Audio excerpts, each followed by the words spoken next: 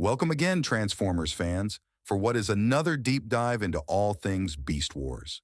Today, we're giving the once-over to arguably the most nefarious, cunning, scheming bad bot of them all, Beast Wars Megatron. Let's jump right in. Beast Wars Megatron already had a hefty task ahead of him the moment he took the name of G1 Megatron, the infamous leader of the Decepticons. From that moment, it seems, his fate was set. An existence of villainy and destruction awaited him. This existence would soon lead to the beginning of the Beast Wars, as Megatron and his Predacon crew would steal both the golden discs in their attempt to no longer live in the Maximal shadow on Cybertron. Their plan didn't go flawlessly, however, as a group of Maximal scientists aboard the Axelon were tasked with intercepting the Predacons before it was too late.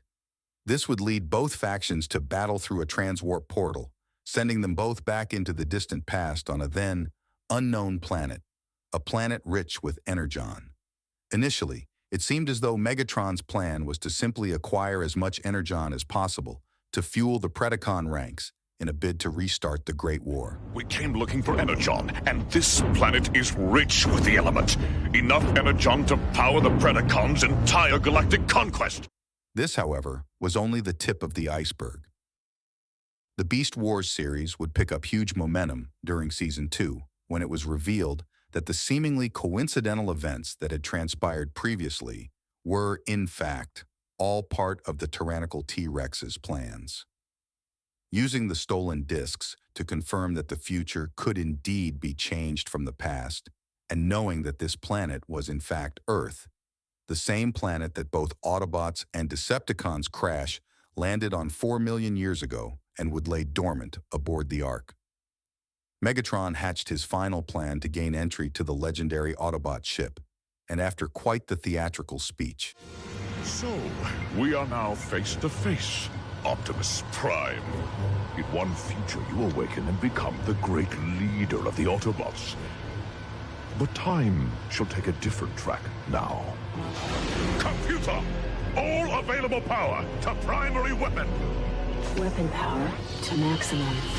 And now, Optimus Prime, in memory of the Decepticons, for the glory of the Predacons, for the Cybertron that is rightfully ours, and mine to rule! Come on, come on!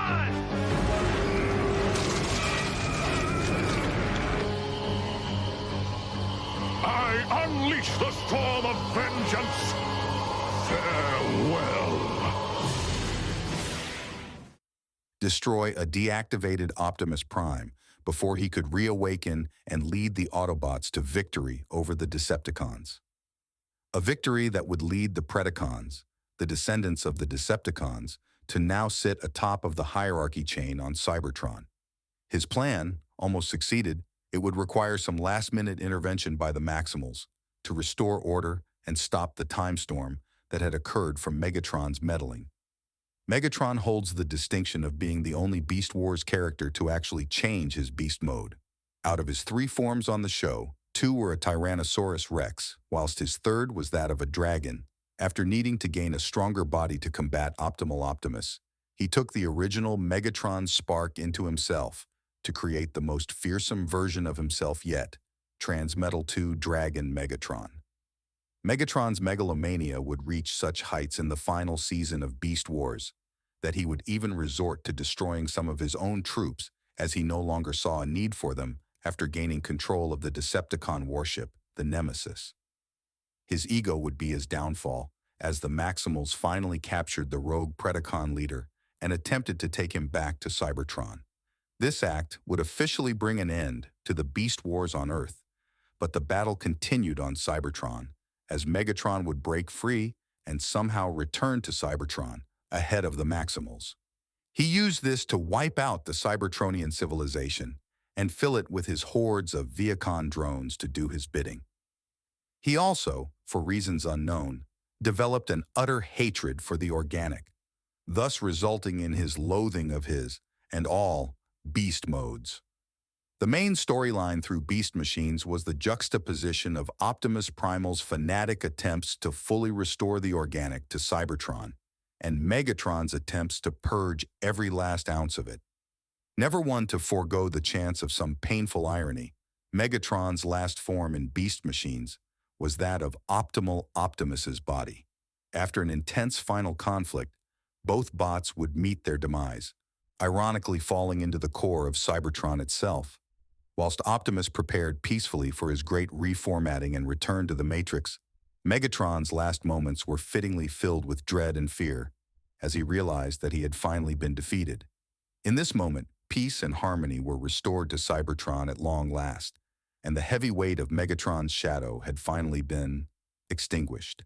What stood Beast Wars Megatron apart from so many other cartoon villains was his wonderful sense of humor and irony.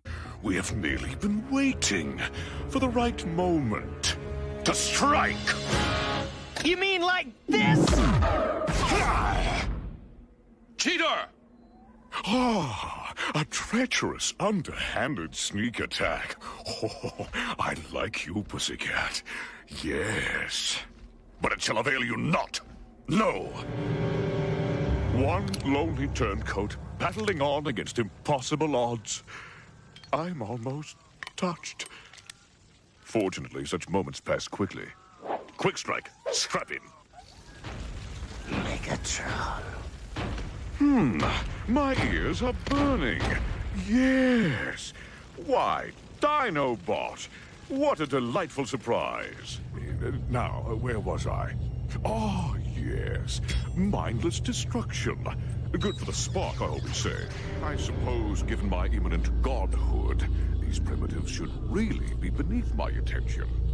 Still, no score is too small to settle, I always say. Never one to miss the opportunity for a well-timed quip, the writers of the show, Bob Forward and Larry DiTilio, managed to make him so much more than your stereotypical cartoon villain, without losing the fear and aura surrounding the character.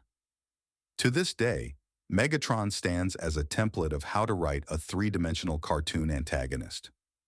The first toy released for Megatron was in the form of an alligator in a two-pack with a bat version of Optimus Primal that came packed with a comic book. This comic stated that these characters were indeed the same Megatron and Optimus from the original series of Transformers. This was quickly scrapped, however, and an Ultra toy from his depiction on the show was released soon after. A clear example of a shell former, and being one of the first figures guilty of having no hands in robot mode, the figure divided many in the Transformers community. A deluxe class figure would follow of Megatron in his Transmetal mode. This time, the figure suffered from the notorious gold plastic syndrome, which meant the plastic would become very brittle over time, leading to many Transmetal Megatron figures to end up in numerous parts. His last toy under the Beast Wars banner, his Transmetal 2 form, would be an unbridled success, boasting one of the best beast modes from any figure from the line. With his beast mode in particular being one of their best examples of just how good the line had become. This figure, however, wouldn't be released as an antagonist to an Optimus Primal toy this time round.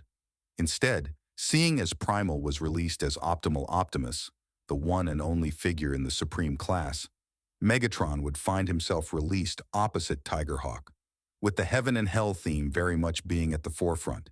He would later receive a much smaller version of his dragon form, released for his Beast Machines toy, now including his helmet and cloak from the show.